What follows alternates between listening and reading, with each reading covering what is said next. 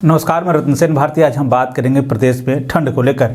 बिहार में कड़ाके की ठंड कम होने का नाम ही नहीं ले रहा। इन दिनों प्रदेश में पछुआ हवा के प्रवाह के कारण पूरी दशा और दिशा दोनों ही बदल गई है। बता दें कि राजधानी पटना के साथ साथ दक्षिण बिहार के कई जिलों में इन दिनों शीतलहर जैसे हालात बने हुए हैं, तो वहीं उत्तर बिहार के ज़्यादातर जिलों में राहत मिलने का नाम नहीं ले रहा। मौसम विभाग की तरफ से जारी पूर्वानुमान के अनुसार उत्तर बिहार के अधिकांश शहरों में इन दिन में भी प्रचंड ठंड के हालात बने हुए हैं। बता दें कि इसी तरह से हालात 14 जनवरी तक रहने की बात कही जा रही है। हालांकि यह भी कहा गया है कि दक्षिण बिहार के लोगों को इस कड़ाके की ठंड से थोड़ी राहत आने वाले दिनों में मिल सकती है। बिहार में ठंड के पुराने सभी रिकॉर्ड को तोड़ दिया है। बता दें कि बिहार में ठंड 64 साल का रिकॉर्ड टूटा है। मौसम विभाग की माने तो शनिवार को नया पश्चिमी विक्षोभ पश्चिमी व उत्तरी भारत में प्रवेश करेगा। बादलों व ठंडी हवाओं का असर जम्मू कश्मीर, लद्दाख, हिमाचल प्रदेश, उत्तराखंड के साथ पूरे हिमालयी क्षेत्र में जमकर बर्फबारी होगी, जिसका असर बिहार के कई जिलों में देखने को मिलेगा, जिसमें कि पटना, गया,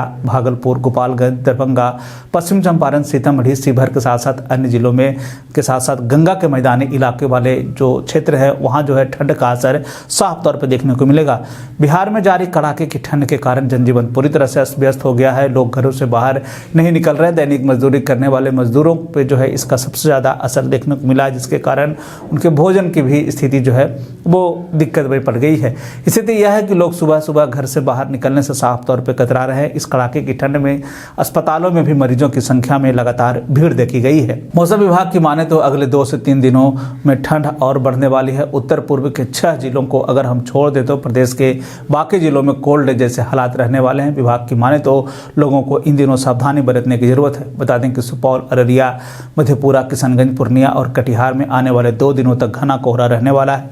पिछले दिनों राजधानी पटना और आसपास के इलाकों में अधिकतम तापमान 8 से 10 डिग्री तक पहुंच गया था। अब तो उच्चतम तापमान और न्यूनतम तापमान में भी बहुत अंतर नहीं रह गया है। ऐसी स्थिति में लोगों को सावधान रहने की जरूरत है। गर्म कपड़े पहनने के साथ साथ घर के अंदर हो तो हीटर और या फिर ब्लोअर का इस्तेमाल कर सकते हैं।